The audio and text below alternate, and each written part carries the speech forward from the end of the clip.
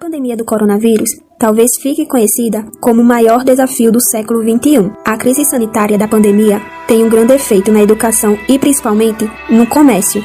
A pandemia trouxe uma nova realidade para o mundo: máscaras, álcool em gel, cuidados redobrados com a higiene e talvez o mais impactante, o isolamento social. O simples ato de cumprimentar, abraçar ou estar junto com as pessoas que amamos foi reduzido ou muitas vezes até cancelado por completo por um longo período. Pela primeira vez, estar longe das pessoas foi considerado um ato de preocupação e cuidado. O isolamento social durante toda a pandemia foi um meio de minimizar o contágio da Covid-19.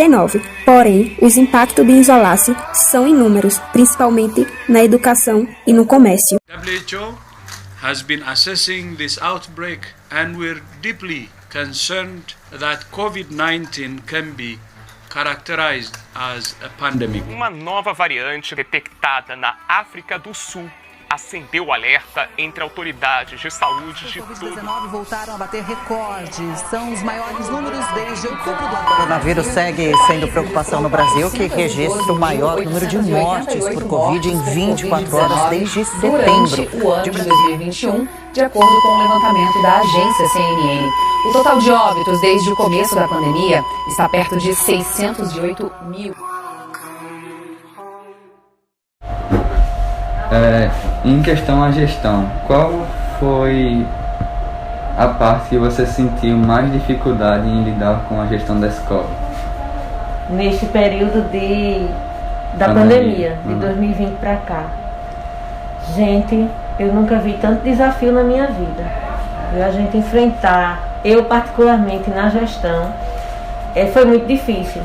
Até hoje, assim, eu fico, quando a gente vê muita gente com o psicológico afetado, eu fico assim, o meu ainda está em ordem. Mas a gente teve dificuldade com o sumiço dos alunos, isso foi uma cobrança muito grande, né? Porque os alunos em 2020 sumiram. A adequação, nos adequar ao ensino remoto, também foi tudo novo. A própria palavra pandemia foi muito novo. Eu, como professora de biologia, meu fraco é vírus, né? O meu assunto predileto, mas era sempre fictício. Quando eu passava um filme sobre vírus, um filme sobre alguma epidemia, tudinho, mas era fictício. E passar aquilo na realidade. Então era uma coisa que, para mim, a gente nunca ia ver. Entendo. Nunca ia passar por uma pandemia. E a gente está aqui praticamente, a gente diz 2 anos, mas a gente às vezes fala 3 anos, né? 2020, 2021, 2022, mas são 2 anos. Perante o ciclo da pandemia, o desenvolvimento dos alunos caíram bastante, né? Muito. O rendimento. É outro ponto muito triste, infelizmente, para a nossa educação. A educação brasileira, ela regrediu 2 anos. E para a gente voltar ao nível que a gente estava, bote aí uns 10 a 15 anos. Em 2020, nós voltamos presencial no mês de setembro, ainda com o aluno podendo escolher remoto ou presencial, porque tinha aquela quantidade mínima, né, do aluno. Então, muitos alunos, não por medo da doença, mas sim pela facilidade de estudar sem estudar, como se diz, né? Então, a gente teve um sumiço muito grande de alunos e, graças a Deus, 2021, o governo do estado criou o Buscativa, que é o monitor, e a gente fazia isso aqui mesmo. Eu, Célia, todo dia a gente ficava ligando para o aluno retornar. Mas com o projeto Buscativa, com um monitor específico, a gente recuperou muitos alunos. Houve dificuldade no ano passado em ter alunos estudando em casa e alguns vindo presencialmente? No início voltamos com o rodízio, né? Então isso não funcionou. Era uma turma A, turma B, aí uma vinha num dia, outra não funcionou. Não estava dando certo. Depois começamos a botar primeiro num dia, segundo e outro, segundo e terceiro. Deu uma melhorada.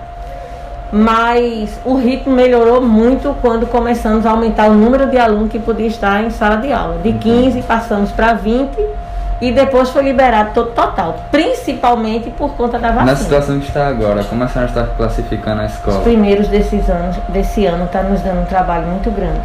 Os primeiros são os alunos que passaram praticamente 2 anos em casa, porque muitas escolas não funcionaram, não voltaram presencial. né? A do 9º ano. Então o aluno não está ainda se adequando a ter a aula presencial, ele está achando que está naquele momento, naquele ponto, que ele ficando em casa é a mesma coisa de vir para a escola, está sem a palavra compromisso. Mas aos pouquinhos a gente está se adequando. A escola não tem trabalho com os segundos e com os terceiros, principalmente porque eles já vêm no ritmo. Vocês só pegaram praticamente remoto 2020, 2021, 2022 estão tudo normal. Não tem mais aquela escola, aquela coisa, vou ficar em casa porque eu tenho comorbidade. Não, acabou. São casos muito, muito, muito raros, alguém que ainda está em casa. Entendo. Certo? Mas o maior desafio da gestão está sendo os primeiros anos. Desde o início da pandemia, os professores levaram as salas de aula para dentro das próprias casas. Mas a falta de experiência dos profissionais com aulas pela internet tornou ainda mais desafiadora a missão de ensinar. Alguma dificuldade no início das aulas remotas? Pouca. Na verdade, no processo, o que eu mais senti dificuldade foi em relação à questão da sincronia, né? Da sincronicidade nas aulas, né? As aulas síncronas, porque havia pouca participação dos alunos. No que refere-se à questão de manuseio, de uso de tecnologias, foram poucas as dificuldades. Qual a sua opinião sobre as aulas remotas? Eu acredito que as aulas remotas, elas não surtiram o efeito de fato desejado, porque eu acredito que tenha aumentado a desigualdade em relação à aprendizagem de muitos alunos. Devido a que muitos alunos não têm acesso à internet, não têm acesso ao computador, um smartphone. Então, acredito que houve um aumento da desigualdade em relação a outros alunos que têm acesso. Essa aprendizagem ela ficou defasada. Acredito que tenha aumentado o nível de diferença aí de desigualdade entre alguns alunos que têm acesso e esses que não tinham. E também essa questão da evasão. Muitos alunos chegaram a evadir, né? E sendo assim, o processo educacional, eu acredito que ele tornou-se um pouco falho. Os alunos conseguiram obter um bom desempenho escolar? Nem tanto, né? Porque, como eu tinha falado anteriormente, muitos alunos eles não conseguiam acompanhar de fato, porque eles não têm esse acesso aos aparelhos eletrônicos, a questão do celular, não têm acesso à internet. E mesmo a gente, às vezes, fazendo material impresso, muitos alunos chegaram a evadir. E muitos dos conteúdos tiveram que ser adaptados para que a gente conseguisse passar para esses alunos, né? Conseguir ao máximo o que a gente tinha proposto anteriormente, mas fazendo o máximo de esforço. Como você sentiu com as voltas das aulas presenciais? Eu acredito que foi bem melhor. No sentido da questão da aprendizagem, foi muito melhor porque os alunos sentem uma confiança maior, né, em relação à aprendizagem, uma interação maior e sentem-se de certa forma mais seguros. Como você se sentiu estudando remotamente? Assim, né, não só eu, como outros alunos, que eu vou falar a verdade, né, desleixaram na questão dos estudos remotamente por conta do governo que estava passando aprovando alunos. Aí muitos desleixaram por conta dos estudos. Do início da pandemia até no momento, qual a maior dificuldade? Assim, do início da pandemia até o momento, mais a questão de readaptar os ensinos aos estudos, porque voltou 100% e muita gente não estava acostumada ao ensino 100% de novo. Mas isso é coisa que se acostuma, isso é coisa do tempo.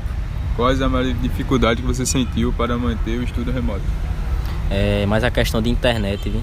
Internet e questão de celular, de pontos que eu possa fazer a minha atividade, porque eu não tive esse problema, sabe? Mas teve outras pessoas que tiveram problema de não ter internet em casa e tinha que ir para casa de outra pessoa para fazer, para casa de outro familiar para fazer.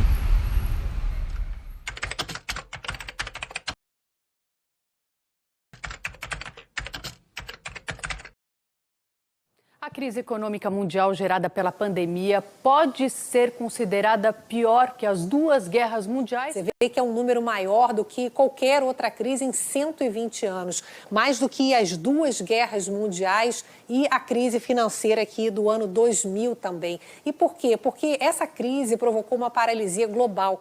Quais os aspectos negativos a pandemia trouxe para este estabelecimento?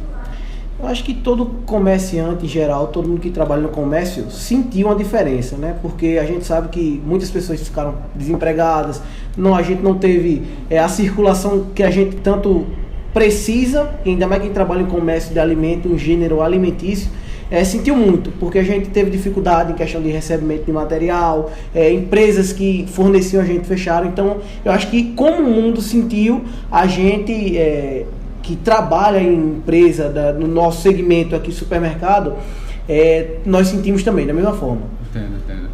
E durante a pandemia, qual foi o maior problema da empresa?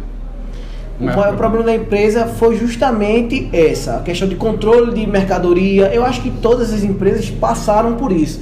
Questão de controle de mercadoria, de entrega, porque a gente tinha que se fazer um trabalho muito delicado em questão de recebimento, em questão de entrada, por conta das medidas provisórias.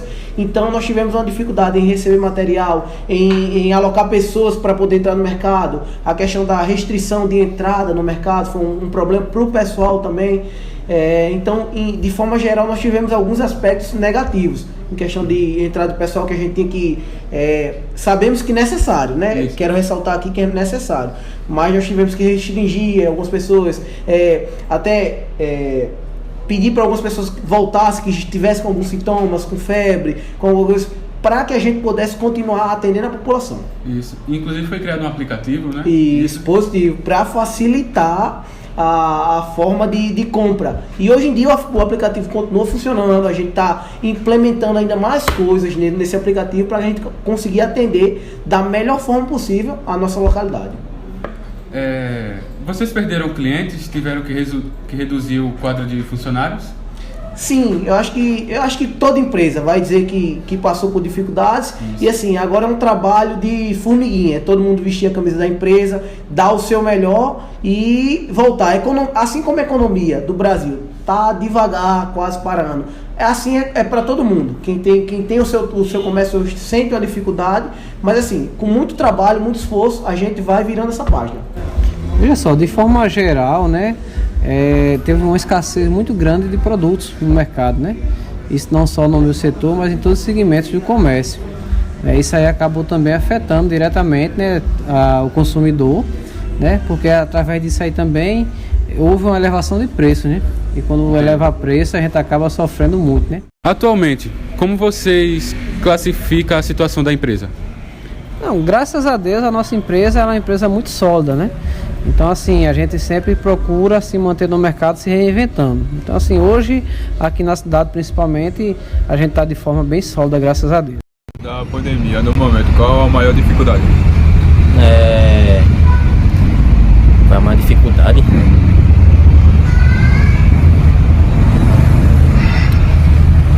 Entendi não, porra. A gente corta, vai. Faz de novo aí. Pra quem tá achando que é fácil, olha a preparação do menino, olha as habilidades, chama. Eu tive velhos problemas e meus colegas também, inclusive os professores. Que problema você fez? E nesse ano difícil eu vou contar um pouco da minha história pra vocês junto com meus amigos e espero que vocês aproveitem. E fazendo a reportagem muito legal sobre o coronavírus. Vai logo. Vamos falar aqui os seguintes apresentadores desse projeto. Maria Júlia, como está sendo o seu projeto? No dia em que a terra parou, no dia em que a terra parou, no dia em que a terra parou, no dia em que a terra parou. E nas igrejas nem um sino a badalar, pois sabiam que os fiéis também não estavam lá. E os fiéis não saíram pra rezar, pois sabiam que o padre também não estava lá.